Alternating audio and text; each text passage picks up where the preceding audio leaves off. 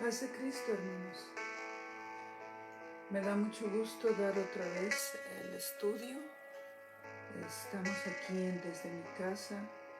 Es un privilegio estudiar la palabra de Dios y luego compartir con ustedes.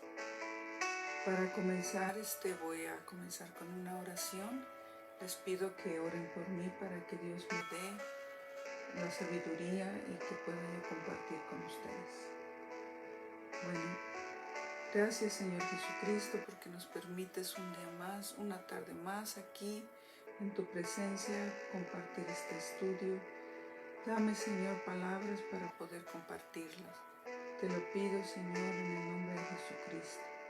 Gracias Señor. Bueno, pues yo voy a seguir con el estudio que comencé a dar hace 3 semanas. Si se acuerdan del título que yo le había puesto, es las decisiones que tomamos tienen consecuencias, sean positivas o sean negativas, pero de todas maneras la palabra de Dios nos ayuda a tomar buenas decisiones. El Antiguo Testamento y el Nuevo Testamento nos ayuda para llevar una buena vida, aprender. Yo me acuerdo de una cosa que mi padre me decía: hija, aprende de los errores de los demás. Yo no lo entendía, hasta últimamente ya lo entiendo. Y sí, sería bueno, a veces quisiéramos que los hijos aprendieran de nuestros errores o los errores de los demás, pero a veces no somos así. Pero bueno, yo quisiera hablar de varios personajes de la Biblia que tomaron decisión. Una de ellas es Ana. ¿Quién es Ana? Ana es la mamá de Samuel. Como ustedes sí conocen la historia, Ana no podía tener hijos, era estéril.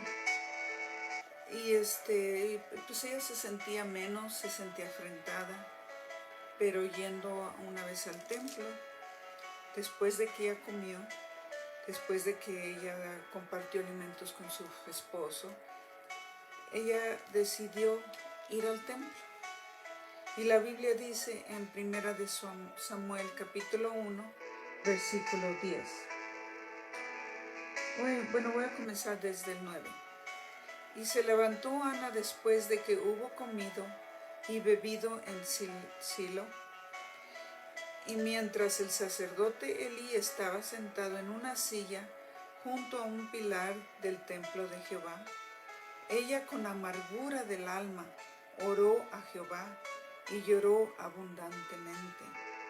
E hizo voto diciendo: Jehová de los ejércitos, si te dignares, mira a la aflicción de tu sierva, y te acordarás de mí y no te olvidarás de tu sierva, sino que dirás a tu sierva, no dieras a tu sierva un hijo varón. Yo lo dedicaré a Jehová todos los días de su vida, y no pasará navaja sobre su cabeza. Este voto se lo hizo Ana. ¿Y qué pasó? Ella pues tenía mucho dolor porque año tras año iban al templo y miraba que ella no podía tener familia, no podía tener hijos. Y en ese entonces era una afrenta muy grande el no poder tener hijos. Entonces ella oró, como dice aquí, amargamente, y lloró abundantemente. Y hizo como una promesa que le hizo a Dios. Y Dios se la cumplió. Vayamos a Samuel 1, 20. Dice: aconteció que al cumplir el tiempo, después de haber concebido, Ana dio a luz un hijo y le puso por nombre Samuel, diciendo: por cuanto lo pedí a Jehová. Ok, ¿qué aprendemos de Ana? Que ella, yo pienso que cada año que iba al templo tenía la misma oración, no se dio por vencida, ella siguió orando y pidiendo un hijo, y un hijo varón. Fue específicamente, ella le pidió un hijo varón y Dios se lo concedió. y también ella cumplió con lo que le había prometido a Dios. ¿Por qué sé eso? Porque fue Samuel. Y Samuel llegó a ser un grande profeta, un sacerdote y un juez. Entonces aprendamos de Ana de que ella tomó una decisión, no se dio por vencida de dejar de orar. Por eso nosotras como madres siempre tenemos que orar por nuestros hijos. Y como se nos enseñaba el domingo, no dejemos de pedir por ellos. Aunque a veces son hijos desobedientes, son hijos que no siguen nuestro ejemplo o que no van a iglesia, de todas maneras nosotros tenemos que seguir orando por ellos y ponerlos siempre en las manos de Dios. ¿Ok? Ese fue el ejemplo de Ana. Ahora nos vamos a ir al Nuevo Testamento. Este ejemplo está muy hermoso y se encuentra en Lucas 5:17. Y para que nos fijemos que para cuando uno percibe y sigue uno y persigue uno lo que uno en verdad quiere, viene a ser realidad. Voy a leer Lucas 5 desde el 17.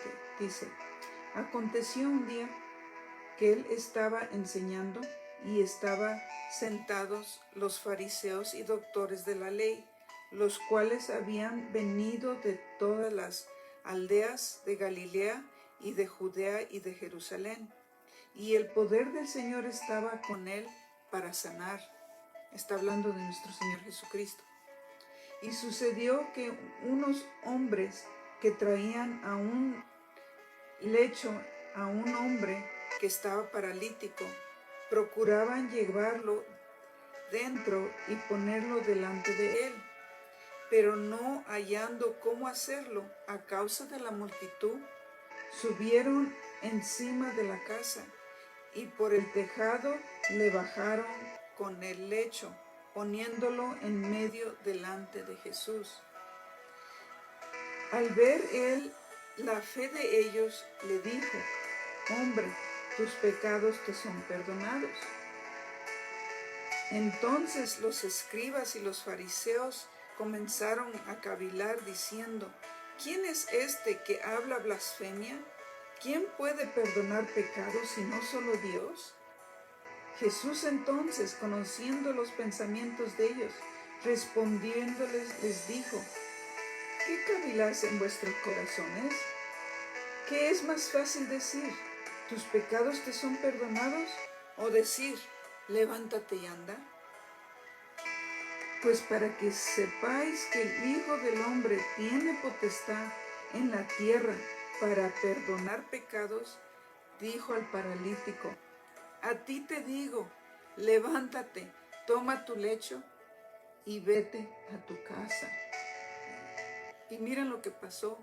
Al instante, levantándose en presencia de ellos y tomando el lecho en que estaba acostado, se fue a su casa glorificando a Dios. Aquí miramos que, en primer lugar, donde estaba Jesús era una multitud que no podían pasar. Entonces ellos, los amigos que iban cargando a este hombre o familiares, ellos decidieron: vamos a hacerlo de una o de otra manera, pero se lo vamos a llevar al Señor para que lo sane. Ellos sabían que lo iba a sanar. Entonces, ¿qué pasó? No había manera porque había mucha multitud. Se subieron al techo, hicieron un hoyo y lo bajaron. Ese es un acto que es una decisión que ellos tomaron. Y luego, al llegar, nuestro Señor Jesucristo le dice: hombre, tus pecados te son perdonados. Imagínese usted, si usted fuera paralítico y que el Señor le dijera: pues tus pecados te son perdonados. O sea, ¿cómo se sintiera? Yo creo que él se sintió: bueno, está bien que mis pecados hayan sido perdonados, pero yo quiero caminar. Pero el Señor sabía y lo estaba haciendo al propósito, en una manera de que para que ellos miraran quién era. Aquí es un acto de que les dio a entender que él era el Mesías. Entonces él sabía lo que estaban pensando. Él sabía, él conocía sus corazones. Entonces, por eso pues, dice el 24, pues para que sepáis que el Hijo del Hombre tiene potestad en la tierra para perdonar pecados, le dijo al paralítico, a ti te digo, levántate, toma tu lecho y vete a tu casa. Y al instante, o sea, no tardó ni 2 minutos, al instante, levantándose el paralítico en presencia de ellos y tomando el lecho en que estaba acostado, se fue a su casa glorificando a Dios. ¿Qué aprendemos de este estudio? De que tenemos que tener fe y luego remover los obstáculos, porque a veces ponemos muchos pretextos o miramos muchos obstáculos.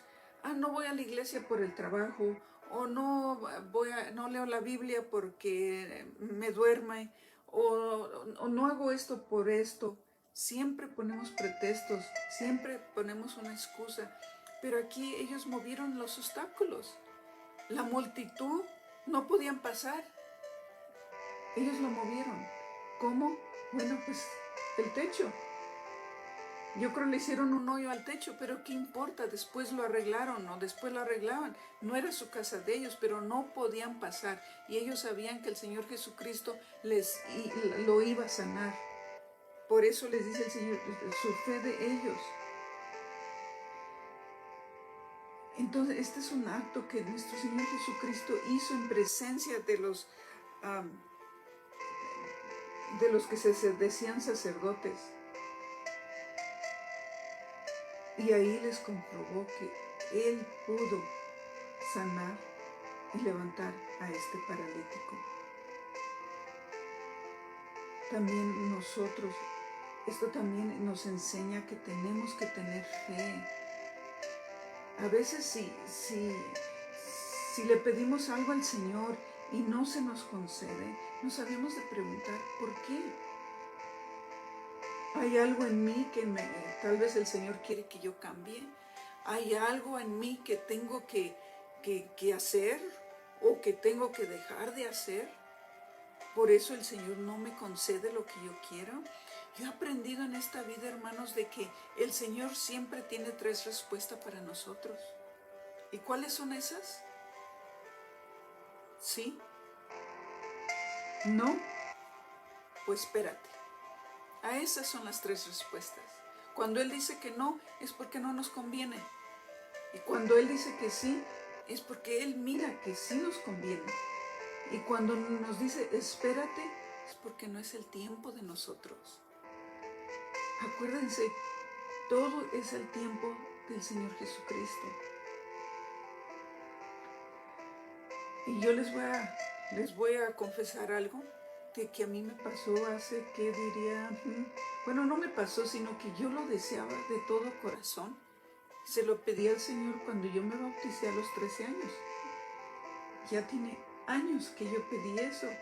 Y yo deseaba ser esposa de un ministro que predicara. Nunca le pedí que fuera esposa de pastor, pero sí de ministro que predicara, o alguien que predicara la palabra de Dios. Pasaron años y años y años y no se me hacía. Pero hasta ahora, cuando Dios miró que era el tiempo, ahora lo soy. Y gracias a Él, pero Él me escuchó hace casi 40 y pico de años. Pero Él me escuchó y así es ahora. Bueno, ahora vamos a mirar otro ejemplo. Vámonos al capítulo 18 de Lucas, al 35. Y esto aquí nos enseña que tenemos que insistir, insistir y insistir.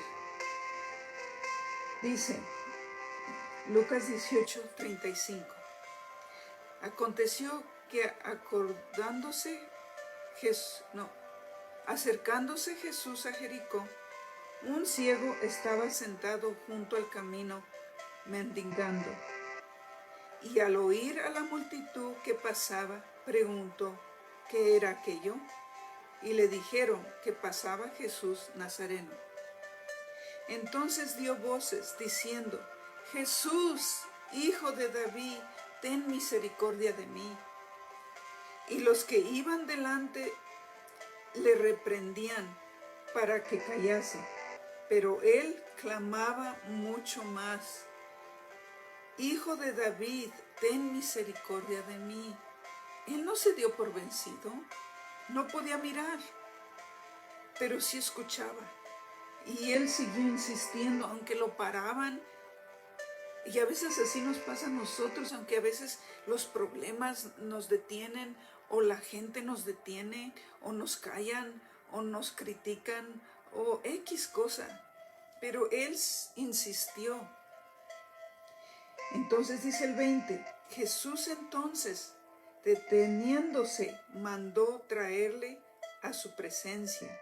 Y cuando llegó, le preguntó, diciendo: ¿qué quieres que haga? ¿Ustedes piensan que Jesús no sabía? Sí sabía lo que querían.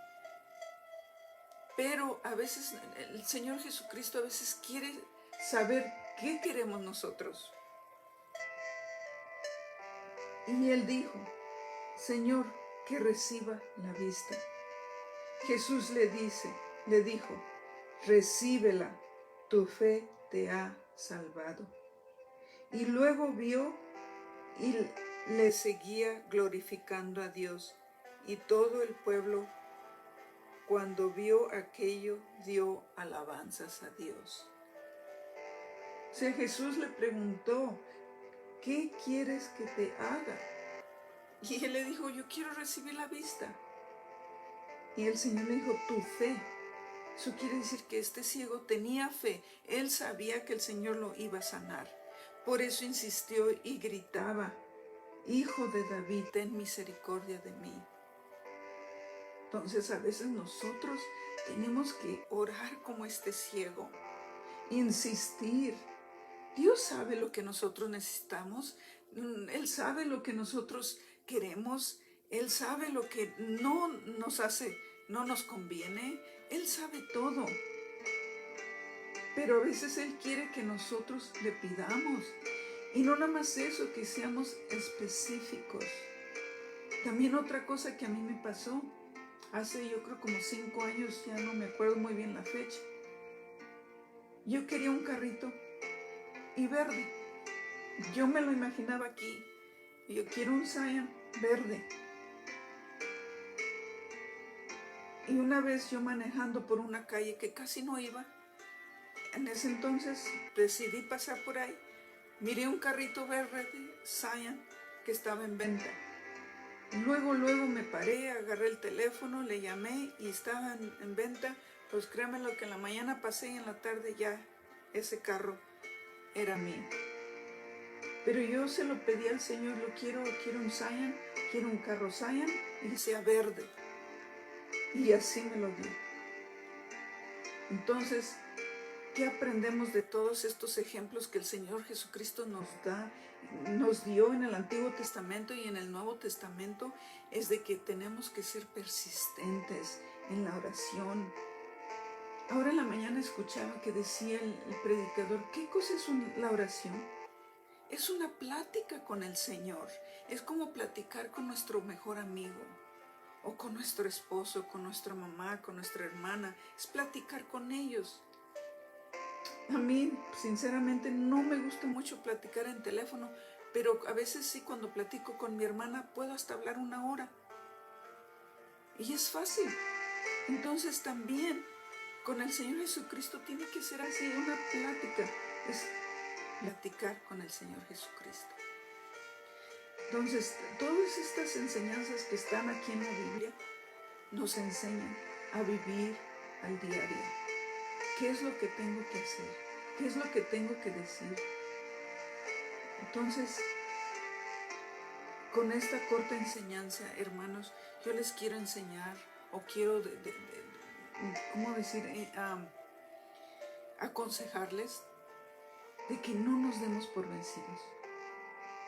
No, que insistamos, oremos por nuestros hijos. estén como estén, no sé si están lejos, si están cerca, si van a la iglesia, si no van a la iglesia, sea lo que sea, sigamos orando por nuestros hijos, sigamos orando por nuestra familia, sigamos orando por la iglesia, por nuestro país, por todo, por Israel. Es una orden, es un mandato que Dios nos dio que pidamos por la paz de Jerusalén. Entonces, ese es mi corto hablar, hermanos, y les aconsejo, sigamos estudiando la palabra de Dios. Créanme lo que entre más la estudio, entre más la leo, más se me abren los ojos espirituales y más quiero y más quiero. Y así es, así debe de ser. Si entre más hablamos y oramos con Dios, más vamos a querer estar junto a Él, también en la palabra de Dios. Este es mi corto hablar, hermanos, y sigan orando por la iglesia para que Dios nos siga ayudando. Necesitamos un templo, sigamos orando por Él, que sea la voluntad de Dios. Yo solamente quiero que sea la voluntad de Dios. Yo no quiero hacer nada que no sea la voluntad de Dios. Bueno, hermanos, este es mi corto hablar. Yo sé, no doy muy largos los estudios, pero sigamos adelante y que el Señor los bendiga. Y saludos para mi familia que está en Veracruz. Yo sé, mi hermano, si nos ve, tal vez ahorita no, pero él ve cuando tiene chance. Y los saludo. Y también a todos mis hermanos de la iglesia Manantial de Misericordia. Sigamos adelante. Dios les bendiga.